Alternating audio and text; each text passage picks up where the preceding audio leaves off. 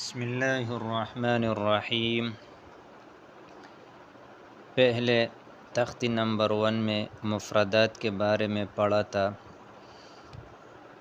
جس طرح انگلش سیکھنے کے لیے ABCD کو یاد کرنا ضروری ہے، اسی طریقے سے اگر آپ قرآن مجید پڑھنا چاہتے ہیں تو ان کے لیے آپ کو الف سے لے کر یا تک تمام حروف صحیح طریقے سے تلفظ کے ساتھ یاد کرنا ضروری ہے۔ آج ہم تختی نمبر 2 پڑھیں گے۔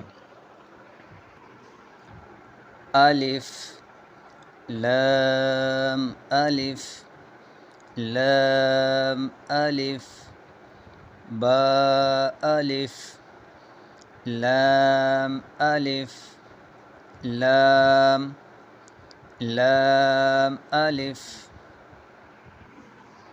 دوبارہ سنیے، الف لام الف لام الف با الف لام الف لام لام الف۔